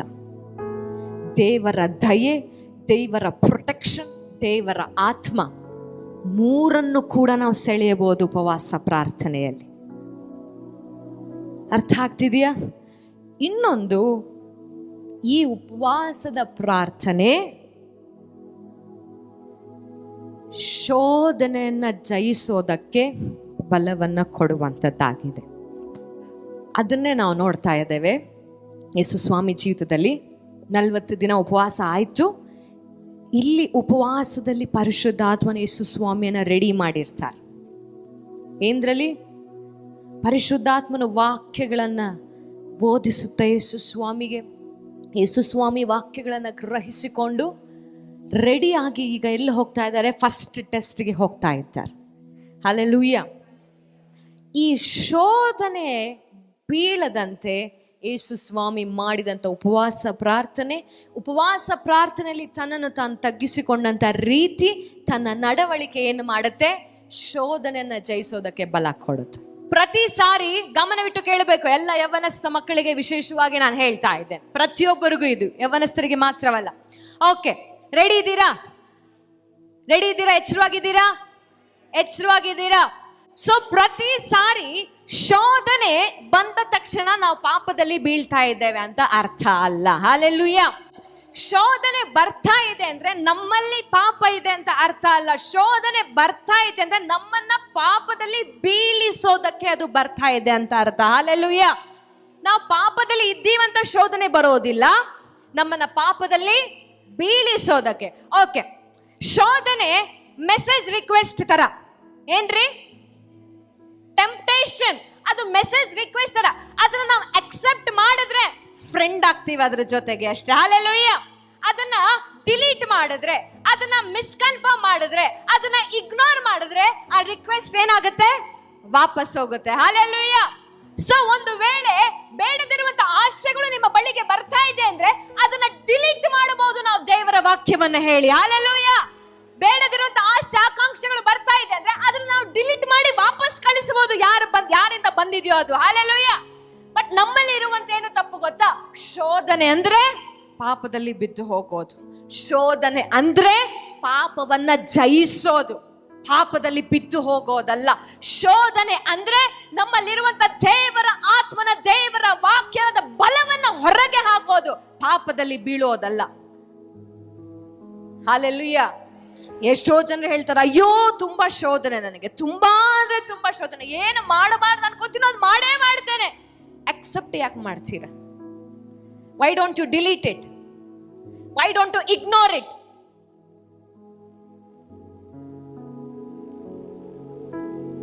ಅರ್ಥ ಆಗ್ತಿದೆಯಾ? ಯೇಸು ಸ್ವಾಮಿ ಬಳಿಗೆ ಶೋಧಕನೇ ಬಂದನಂತೆ. ಯೇಸು ಸ್ವಾಮಿ ಅಕ್ಸೆಪ್ಟ್ ಮಾಡಿದ್ರ? ಶೋಧನೆ ಯಾವುದು ಕೂಡ ಸುಲಭವಾಗಿದ್ದಂತಲ್ಲ. ಒಂದೇ ಒಂದು ಮಾತು ಸ್ಲಿಪ್ ಆಗಿದ್ರೆ, ಒಂದೇ ಒಂದು ಶಬ್ದ ಕೂಡ ಸ್ಲಿಪ್ ಆಗಿದ್ರೆ ಯೇಸು ಸ್ವಾಮಿ ಮತ್ತೆ ನನಗೋಸ್ಕರ ನಿನಗೋಸ್ಕರ ರಕ್ತವನ್ನು ಸುರಿಸೋದಕ್ಕೆ ಆಗ್ತಾ ಇರಲಿಲ್ಲ. ಬಟ್ ಯೇಸಪ್ಪನ ಒಳಗೆ ವಾಕ್ಯ ಇದ್ದಿದ್ದರಿಂದ ಆ ಶೋಧನೆಯನ್ನ ಜಯಿಸೋದಕ್ಕೆ ಸಾಧ್ಯವಾಯಿತು. ಶೋಧನೆ ಪಾಪ ಅಲ್ಲ. ಶೋಧನೆಯನ್ನ ಅಕ್ಸೆಪ್ಟ್ ಮಾಡಿಕೊಂಡ್ರೆ, ಆ ರಿಕ್ವೆಸ್ಟ್ ಅನ್ನ ಅಕ್ಸೆಪ್ಟ್ ಮಾಡಿಕೊಂಡು ನಾವು ಫ್ರೆಂಡ್ ಆದ್ರೆ ಆ ಶೋಧನೆ ಪಾಪವಾಗಿ ಮಾರ್ಪಡುತ್ತೆ. ಹಲ್ಲೆಲೂಯಾ. ಬಹಳ ಕಠಿಣವಾಗಿ ಪಾಪದ ಬಗ್ಗೆ ಮಾತನಾಡೋದನ್ನ ನಾವು ನೋಡಿದ್ದೆ. ಬಹಳ ಕಠಿಣವಾಗಿ ಪಾಪದ ವಿಷಯದಲ್ಲಿ ನಾವು ಯೋಚನೆ ಮಾಡೋದನ್ನ ನೋಡಿದ್ದೆ. ಆದ್ರೆ ಎಲ್ಲಿ ತನಕ ಈ ಶೋಧನೆಯ ರಿಯಾಲಿಟಿಯನ್ನ ನೀವು ಅರಿತುಕೊಳ್ಳೋದಿಲ್ಲವೋ, ಎಲ್ಲಿ ತನಕ ಈ ಪಶ್ಚಾತ್ತಾಪದ ರಿಯಾಲಿಟಿನ ನೀವು ಅರಿತುಕೊಳ್ಳೋದಿಲ್ಲವೋ, ಅಲ್ಲಿ ತನಕ ಎಷ್ಟೇ ಉಪವಾಸ ಮಾಡಿದ್ರು ವೇಸ್ಟ್. ಆಗ್ಲೇ ಹೇಳ್ದೆ, ಉಪವಾಸ ಪ್ರಾರ್ಥನೆ ಅಂದ್ರೆ ನಿಮ್ಮನ್ನ ನೀವು ದೇವರ ಬಳಿ ತಗ್ಗಿಸಿಕೊಳ್ಳೋದು. ಅದರ ಅರ್ಥ ಈ ಒಳಗಿರುವಂತ ನಾನು ಅನ್ನುವಂಥ ಸ್ವಭಾವ, ಆ ಸ್ವಭಾವದಿಂದ ನಾನು ಮಾಡಿರುವಂತ ಕೆಲಸಗಳು, ದೇವರ ವಿರುದ್ಧವಾದಂತ ಕಾರ್ಯಗಳು, ಅದೆಲ್ಲವನ್ನ ಏನು ಮಾಡಬೇಕು? ತೆಗೆದು ಬಿಸಾಕಬೇಕು. ಆಗ ಇದು ಖಾಲಿ ಆಗುತ್ತಲ್ಲ, ಆಗ ತಗ್ಗಿಸುವಿಕೆ ಬರೋದು. ಅದರ ಅರ್ಥ ಏನು ಗೊತ್ತಾ? ಉಪವಾಸ ಪ್ರಾರ್ಥನೆಯಲ್ಲಿ ತಗ್ಗಿಸಲ್ಪಡುವಿಕೆ ಯಾವಾಗ ಬರುತ್ತೆ ಅಂದ್ರೆ ಪಶ್ಚಾತ್ತಾಪ ಬರಬೇಕಾದ್ರೆ. ಹಲ್ಲೆಲೂಯ. ಯೇಸು ಸ್ವಾಮಿ ಯಾವ ಪಾಪನೂ ಮಾಡಲಿಲ್ಲ ರೀ, ಬಟ್ ಸ್ಟಿಲ್ ಆತನು ತನ್ನನ್ನು ತಾನು ತಗ್ಗಿಸಿಕೊಂಡನು. ಸೊ ಇಲ್ಲಿ ನೆಹೆಮೀಯನು ಕೂಡ ಅದೇ ಮಾಡ್ತಾನೆ. 1ನೇ ಅಧ್ಯಾಯದ ಮನೆಗೆ ಹೋಗಿ ನೀವು ಗಮನವಿಟ್ಟು ಕೇಳಿ. ಆತನು ಸೊಲೊಮೋನನು ಮಾಡಿದಂತ, ಸೊಲೊಮೋನನು ತಿಳಿಸಿಕೊಟ್ಟಂತ, ಒಂದು ವೇಳೆ ನನ್ನ ಜನರು ಸೆರೆಯಾಗಿ ಹೋಗಿ ಅವರು ಉಪವಾಸವಿದ್ದು ತಮ್ಮನ್ನು ತಾವು ತಗ್ಗಿಸಿಕೊಂಡು ಈ ದೇವಾಲಯದ ಕಡೆಗೆ ತಿರುಗಿ ಪ್ರಾರ್ಥನೆ ಮಾಡಿದರೆ, ಅಪ್ಪ ಅವರ ಪ್ರಾರ್ಥನೆಯನ್ನು ಲಾಲಿಸಿ ಅವರ ಪಾಪಗಳನ್ನು ಮನ್ನಿಸಿ ತಿರುಗಿ ಅವರನ್ನಲ್ಲಿ ಕರೆದುಕೊಂಡು ಬಾ.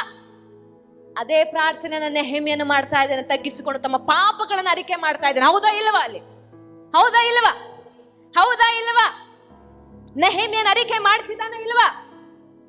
ಅಲ್ಲಿ ಓದು ನೋಡ್ರಿ, ಅರಿಕೆ ಮಾಡ್ತಾ ಇದ್ದಾನೆ ಇಲ್ವಾ? ಹೌದು. ಶಬ್ದವಾಗಿ ಹೇಳ್ರಿ, ಹೌದು ಹೌದು. ಅರಿಕೆ ಮಾಡ್ತಾ ಇದ್ದ ಅವನ ಪಾಪವನ್ನ, ತನ್ನ ಪಿತೃಗಳು, ತನ್ನ ತಲೆಮಾರು, ತನ್ನ ಜನರು ಮಾಡಿದಂತ ಪಾಪಗಳನ್ನ ಅವನ ಅರಿಕೆ ಮಾಡಿಕೊಳ್ತಾ ಇದ್ದ. ಅದಕ್ಕೆ ಅವನ ಉಪವಾಸದ ಪ್ರಾರ್ಥನೆಗೆ ಫಲ ಬಂದಿತ್ತು. ಸೊ ಇವತ್ತಿನಿಂದ ನೀವು ಮಾಡುವಂತ ಉಪವಾಸ ಪ್ರಾರ್ಥನೆಯಲ್ಲಿ ನಿಮಗೆ ಬಲ ಬರಬೇಕು, ದೇವರ ಅನುಗ್ರಹ ಬರಬೇಕು, ದೇವರ ಪ್ರೊಟೆಕ್ಷನ್ ಬರಬೇಕು, ನಿಮ್ಮ ಸೇವೆಯಲ್ಲಿ ನೀವು ನಡಿಬೇಕು, ಪರಿಶುದ್ಧಾತ್ಮನ ಅಭಿಷೇಕ ಬರಬೇಕಂದ್ರೆ ನೀವೇನು ಮಾಡಬೇಕು ಗೊತ್ತಾ? ತಗ್ಗಿಸಿಕೊಂಡು ಅಂದ್ರೆ ಪಶ್ಚಾತ್ತಾಪದ ಪ್ರಾರ್ಥನೆ ಮಾಡಬೇಕು. ಹಲ್ಲೆಲೂಯಾ. ಎಷ್ಟೋ ಜನರ ಮನಸ್ಸು ಎಷ್ಟು ಕಲ್ಲಾಗಿದೆ ಅಂದ್ರೆ ದೇವರ ಸನ್ನಿಧಾನದಲ್ಲಿ ಕೂತ್ರೆ ಅವ್ರಿಗೆ ಅಳುನೇ ಬರಲ್ಲ ರೀ. ಕಣ್ಣಲ್ಲಿ ನೀರೇ ಬರೋದಿಲ್ಲ. ನಾನು ಅವ್ರನ್ನ ನೋಡಿದಾಗ ಅಂದ್ಕೊಂತೇನೆ, ಎಂಥ ಮನುಷ್ಯರು ಇರ್ಬೋದಪ್ಪ ಇವರು. ಪರಿಶುದ್ಧಾತ್ಮನ ಕೆಲಸ ಇರಬೇಕಾದ್ರೆ ಮನಸ್ಸು ಹೇಗೆ ಮುರಿಯಲ್ಪಡುತ್ತೆ ಗೊತ್ತಾ? ಹೇಗೆ ಗೋಳಾಡ್ತೀರಾ ಗೊತ್ತಾ ನೀವು ದೇವರ ಸನ್ನಿಧಾನದಲ್ಲಿ? ಅಳು ಒಳ್ಳೇದ್ರಿ, ಆತ್ಮಿಕ ಕಣ್ಣಿಗೂ ದೈಹಿಕ ಕಣ್ಣಿಗೂ ಒಳ್ಳೇದು. ಹಲವು ಸಾರಿ ನಾವು ಅಂದುಕೊಳ್ತೇವೆ, ನಾವು ನೇರವಾಗಿ ಪ್ರಾರ್ಥನೆಗೆ ಹೋಗ್ಬಿಡೋದು, ನಾವು ನೇರವಾಗಿ ಉಪವಾಸ ಪ್ರಾರ್ಥನೆ ಮಾಡ್ಬೋದು. ಹಲ್ಲೆಲೂಯಾ. ಇವತ್ತು ನಾನು ಹೇಳಿದ್ದೇನೆ, ಉಪವಾಸ ಪ್ರಾರ್ಥನೆ ಎಲ್ಲ ಶಕ್ತಿಗಳು ಏನೇನಾಗುತ್ತೆ ಅಂತ ಹೇಳಿದ್ದೀನಿ. ಎಷ್ಟೋ ಜನ ನೀವು ಕೇಳಿಸ್ಕೋತೀರಾ, ನಾಳೆ ನೇರವಾಗಿ ಹೋಗ್ತೀರಾ, ಒಂದು ಡಿಸೈಡ್ ಮಾಡ್ತೀರಾ, ಓಕೆ ನಾನು ನೆಕ್ಸ್ಟ್ ವೀಕೋ ಅದ್ರ ನೆಕ್ಸ್ಟ್ ವೀಕೋ ಈ ಮಂತ್ನಲ್ಲಿ 2 ದಿನ ಮಾಡೋಣ ಅಂತ. ಹಲ್ಲೆಲೂಯಾ. ಮಾಡೋಣ ಅಂತ ಹೋಗಿ ನಿಮ್ಮ ಕೋಣೆಯಲ್ಲಿ ನೇರವಾಗಿ ನೀವು ಕುತ್ಕೋತೀರಾ ಅಷ್ಟೇ. ಏನ್ ಮಾಡ್ಬೇಕು ಗೊತ್ತಿಲ್ಲ, ಏನ್ ಹೇಳ್ಬೇಕು ಗೊತ್ತಿಲ್ಲ, ಹೆಂಗ್ ಸ್ಟಾರ್ಟ್ ಮಾಡ್ಬೇಕು ಗೊತ್ತಿಲ್ಲ, ಏನ್ ಹಾಡಾಡ್ಬೇಕು ಗೊತ್ತಿಲ್ಲ, ದೇವ್ರ ಹತ್ರ ಏನ್ ಮಾತಾಡ್ಬೇಕು ಗೊತ್ತಿಲ್ಲ. ಹೇಳ ಏನ್ ಮಾಡ್ಬೇಕು ಗೊತ್ತಾ? ಮೊದಲನೇದಾಗಿ ಒಳಗೆ ಹೋಗಿ ಕೂತ್ಕೊಳ್ಬೇಕಾದ್ರೆ ಮಾತಾಡ್ಬೇಡಿ, ಬಾಯಿ ಮುಚ್ಕೊಂಡಿರಿ. ಏನ್ರಿ? ಏನ್ ಮಾಡ್ಬೇಕು? ಏನ್ ಮಾಡ್ಬೇಕು? ರೂಮ್ ಲಾಕ್ ಮಾಡಿರ್ಬೇಕು. ಆಮೇಲೆ ನೀವು ಅಳೋದನ್ನ ಬೇರೆಯವ್ರು ನೋಡ್ಬಿಟ್ರೆ ಅವ್ರು ಏನಾಗ್ಬಿಡ್ತಪ್ಪ ಒಳಗೆ ಅನ್ಕೋಬಿಡ್ತಾರ. ಏನಾಗ್ಬೇಕು? ಕೂತ್ಕೊಂಡು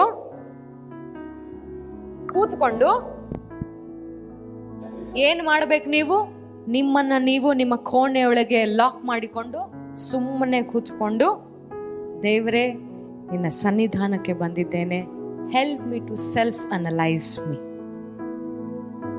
ನನ್ನಲ್ಲಿ ಇರುವಂತ ಸಂಗತಿಗಳನ್ನ ನನಗೆ ಗೋಚರ ಮಾಡು. I am ready to renounce, to denounce, to leave them. ಇವತ್ತು ನಾನು ಅದನ್ನ ಹೊರಗೆ ಹಾಕೋದಕ್ಕೆ, ಅದನ್ನ ನನ್ನಿಂದ ಕಿತ್ತು ಹಾಕೋದಕ್ಕೆ ನಾನು ರೆಡಿಯಾಗಿ ಬಂದಿದ್ದೆ.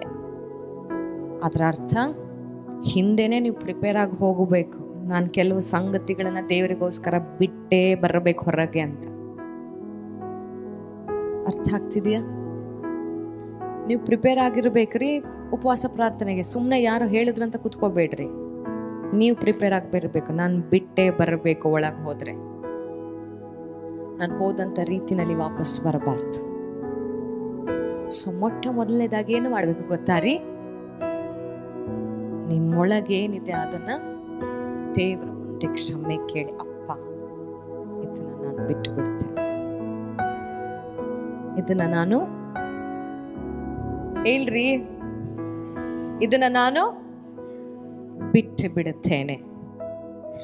ಅನೇಕ ಜನರು ಅಂದುಕೊಂಡಿದ್ದೀರಾ ದೇವರು ನನಗೆ ಬಲವಾದಂಥ ಈ ಪ್ರಕಟಣೆಯನ್ನು ಕೊಟ್ಟಿದ್ದಾರೆ.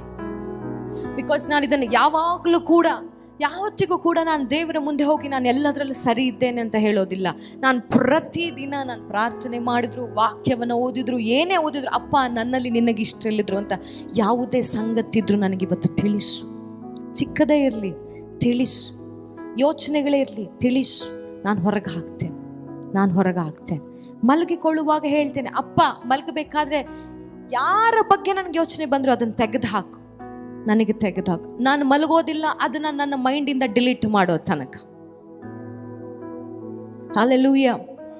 ಬಹಳ ಜನರು ನಾವೊಂದು ತಪ್ಪು ತಿಳುವಳಿಕೆನ ತಲೆನಲ್ಲಿ ಇಟ್ಟುಕೊಂಡಿದ್ದೇವೆ. ಏನು ಗೊತ್ತಾ? ಪಶ್ಚಾತ್ತಾಪದಲ್ಲಿ ಏನು ಲಾಭವಿಲ್ಲ ಅಂತ. ಹಲ್ಲೆಲೂಯಾ.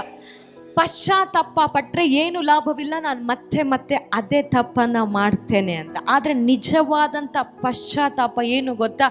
ಅಲ್ಲೇ ಅದನ್ನ ಹೊರಗಾಕಿ, ಅಲ್ಲೇ ಬಿಸಾಕಿ, ಅಲ್ಲೇ ಸುಟ್ಟಿ, ಅದನ್ನ ಬೂದಿ ಮಾಡಿ, ಅದರ ಮೇಲೆ ನಿನ್ನ ಅಂದ್ರೆ ದೇವರ ನೀತಿವಂತಿಕೆನ ನಿನ್ನ ಮೇಲೆ ಸೆಳೆದುಕೊಂಡು ಹೊರಗೆ ಬರೋದು. Hallelujah, hallelujah. ನಿಜವಾದಂಥ ಪಶ್ಚಾತ್ತಾಪದಲ್ಲಿ ಬಲ ಇದೆ. ನಿಜವಾದಂಥ ಪಶ್ಚಾತ್ತಾಪ is very powerful. Real repentance is very powerful because real repentance brings you back the real authority you deserve. Hallelujah. ಅಂದ್ರೆ ನಿಜವಾದಂತ ಪಶ್ಚಾತ್ತಾಪ ನಿನಗೆ ದೇವರು ಕೊಟ್ಟಿರುವಂತ ನಿನ್ನ ಅಧಿಕಾರಕ್ಕೆ ನಿನಗೆ ತಿರುಗಿ ಕರೆದುಕೊಂಡು ಬರುವಂತದ್ದಾಗಿದೆ. Hallelujah.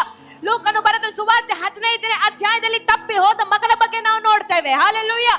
ಈ ತಪ್ಪಿ ಹೋದಂತ ಮಗನು ಎಲ್ಲಾ ರೀತಿಯಾದಂತ ಪಾಪಗಳನ್ನ ಮಾಡಿ ನಂತರ ಮನಸ್ಸಲ್ಲಿ ಪಶ್ಚಾತ್ತಾಪ ಪಡ್ತಾನೆ. ಎಲ್ಲಿರಿ?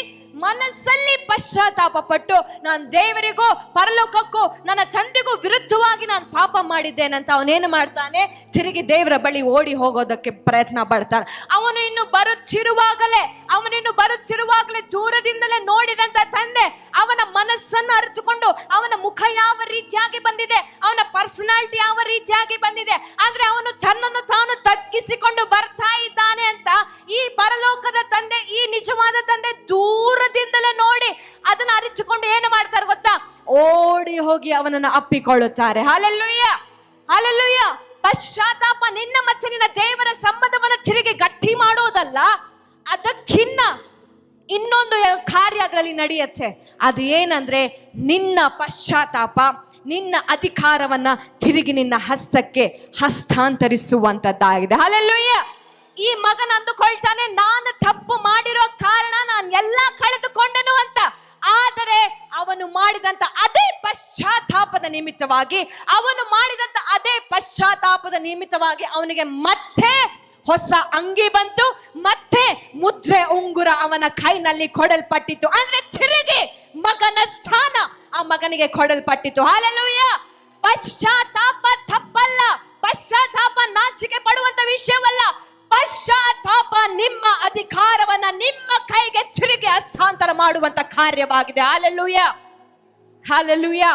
ಅದಕ್ಕೆ ಯೇಸು ಸ್ವಾಮಿ ಎಲ್ಲಾ ಮನುಷ್ಯರ ಪಾಪಗಳನ್ನ ಅರಿಕೆ ಮಾಡಿಕೊಂಡನು. ಅದಕ್ಕೆ ಯೇಸು ಸ್ವಾಮಿಯ ಕೈಗೆ ತಿರುಗಿ ಆದಾಮನು ಕಳೆದುಕೊಂಡಿದ್ದಂತ ಆ ಅಧಿಕಾರ ಆತನ ಕೈಗೆ ಬಂದಿತ್ತು.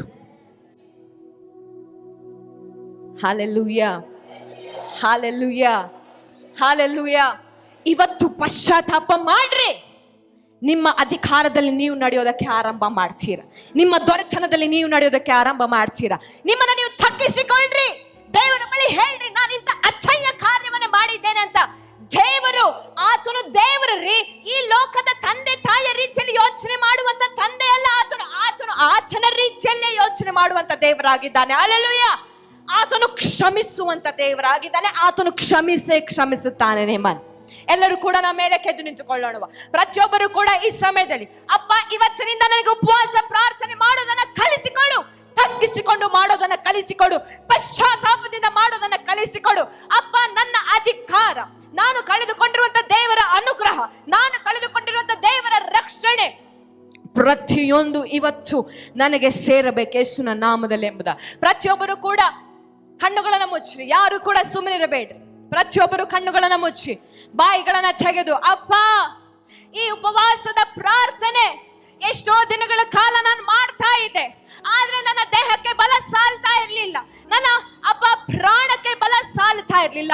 ಇವತ್ತು ನನ್ನನ್ನು ನೀನು ಬದಲಾವಣೆ ಮಾಡಿದ್ಯಾ, ಇವತ್ತು ನೀ ನನಗೆ ಎಚ್ಚರಪಡಿಸಿದ್ಯಾ, ಇವತ್ತು ಉಪವಾಸದ ಒಂದು ಬೆಂಕಿಯನ್ನ ನನ್ನಲ್ಲಿ ಹತ್ತಿಸುತ್ತಾ ಇದೆಯಾ. ಕರ್ತನೆ, ಈ ದೇಹವನ್ನ ತಗ್ಗಿಸೋದಕ್ಕೆ ನಾನು ಉಪವಾಸ ಮಾಡಬೇಕಯ್ಯ.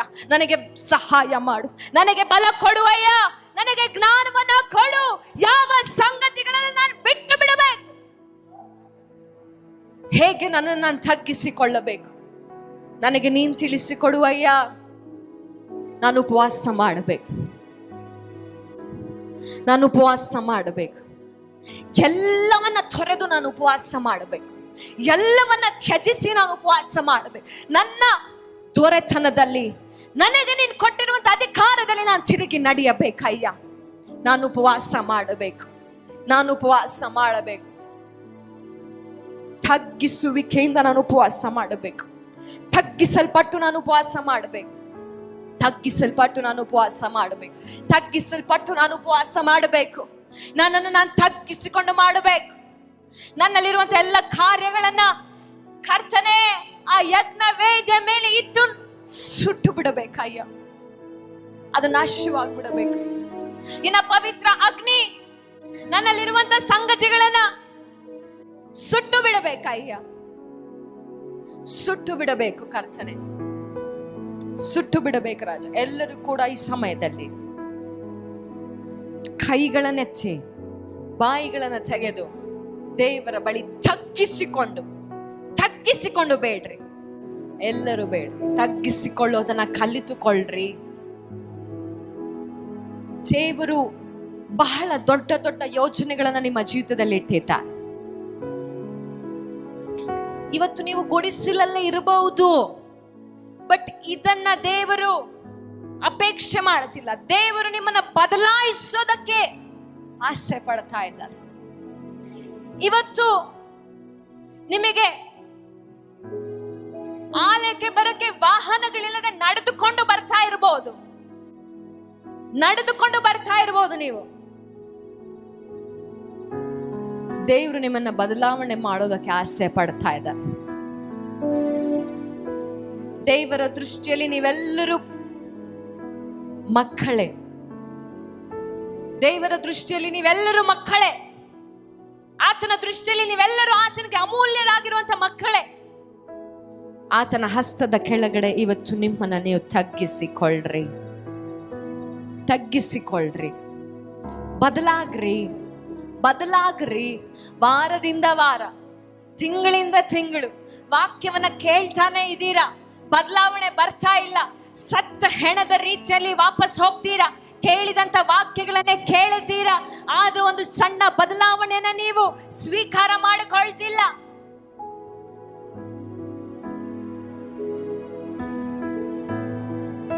ಸಣ್ಣ ಬದಲಾವಣೆ ನೀವು ಸ್ವೀಕಾರ ಮಾಡಿಕೊಳ್ತಾ ಇಲ್ಲ. ಬದಲಾವಣೆ ಯಾವ ಸೂಚನೆಗಳನ್ನ ನಿಮ್ಮ ಲೈಫ್ ನಲ್ಲಿ ಇಲ್ಲ. ಇಲ್ಲಿಂದ ಹೋಗುತ್ತೀರಾ, ಅದೇ ಮನುಷ್ಯನಾಗಿ, ಅದೇ ಹಳೆ ಮನುಷ್ಯನ ಸ್ವಭಾವವನ್ನು ಹೊತ್ತುಕೊಳ್ತೀರಾ. ಆದ್ರೆ ಬದಲಾಗಬೇಕಮ್ಮ, ಬದಲಾಗಬೇಕಪ್ಪ. ನೀನ್ ದೇವರಿಂದ ಏನಾದ್ರೂ ಅಪೇಕ್ಷೆ ಮಾಡ್ತಾ ಇದೆಯಾ ಅಂದ್ರೆ ದೇವರು ಕೂಡ ನಿನ್ನಿಂದ ಅಪೇಕ್ಷೆ ಮಾಡ್ತಾ ಇದ್ದಾರೆ ಅಂತ ಅರ್ಥ. ನೀನು ಬದಲಾಗಬೇಕಮ್ಮ, ನೀನು ಬದಲಾಗಲೇಬೇಕು. ಹೌದು, ಕೆಲವು ಸಂಗತಿಗಳನ್ನು ಬಿಟ್ಟು ಬಿಡೋದಕ್ಕೆ ಕಷ್ಟ.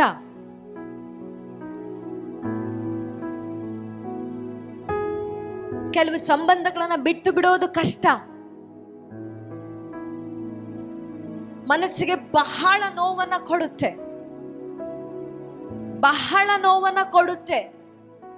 ಆದ್ರೆ ದೇವ್ರು ಹೇಳ್ತಾ ಇದ್ದಾರೆ, ಆ ನೋವಿಗೆ ಬದಲಾಗಿ 2ರಷ್ಟು ಸಂತೋಷವನ್ನ, ಆ ನೋವನ್ನ ಮರೆಮಾಚುವಂತ ಸಂಗತಿಗಳನ್ನ ನಾನು ನಿನ್ನ ಜೀವಿತದಲ್ಲಿ ಇಟ್ಟಿದ್ದೇನೆ. ನೀನ್ ಅದನ್ನ ಬಿಟ್ಟು ಬರಲೇಬೇಕು. ಇವತ್ತು ನೀನ್ ತಗ್ಗಿಸಿಕೊಂಡು ಬಾ,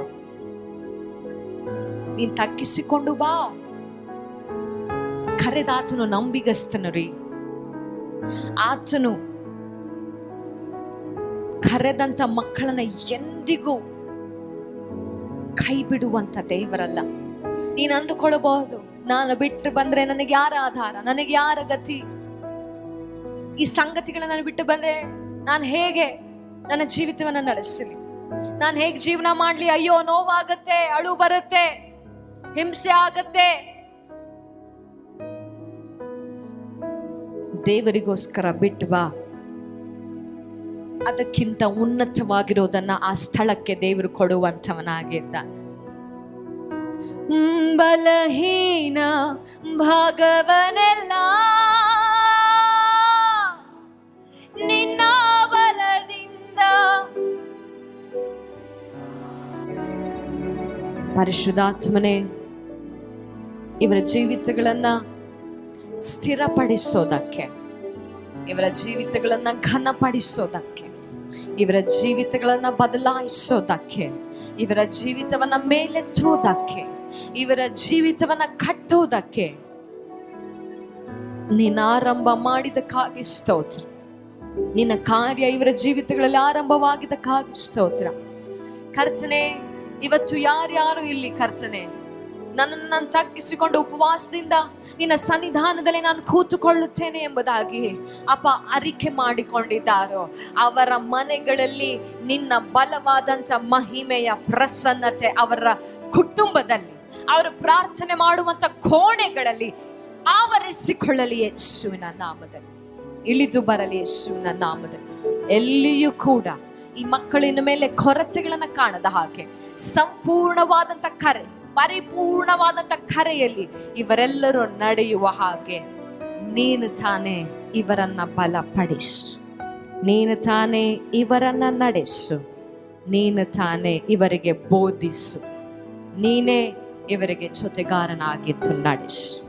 ಎಲ್ಲ ಘನಮಾನ ಮಹಿಮೆ ನಿಮಗೊಬ್ಬರಿಗೆ ಸಲ್ಲಿಸುತ್ತಾ ಯೇಸುವಿನ ನಾಮದಲ್ಲಿ ಬೇಡಿ ಪ್ರಾರ್ಥಿಸ್ತೇನೆ ಪರಲೋಕದ ತಂದೆಯೇ, ಆಮೆನ್. ಸ್ನೇಹಿತರೆ, ಮಲೆನಾಡು ಗಾಸ್ಪೆಲ್ ಮೀಡಿಯಾ 2.0 ವೀಕ್ಷಿಸಿದ್ದಕ್ಕಾಗಿ ನಿಮಗೆ ತುಂಬಾ ಧನ್ಯವಾದಗಳು.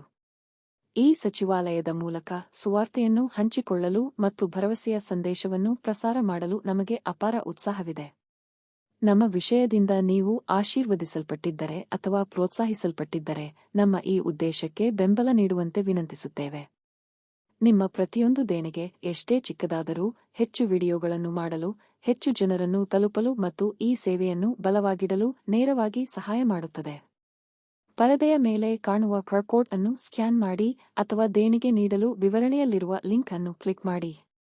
ನಿಮ್ಮ ಆದಾರ್ಯವು ನಿಜವಾಗಿಯೂ ಶಾಶ್ವತವಾದ ವ್ಯತ್ಯಾಸವನ್ನು ಮಾಡುತ್ತಿದೆ. ಧನ್ಯವಾದಗಳು ಮತ್ತು ದೇವರು ನಿಮ್ಮನ್ನು ಆಶೀರ್ವದಿಸಲಿ.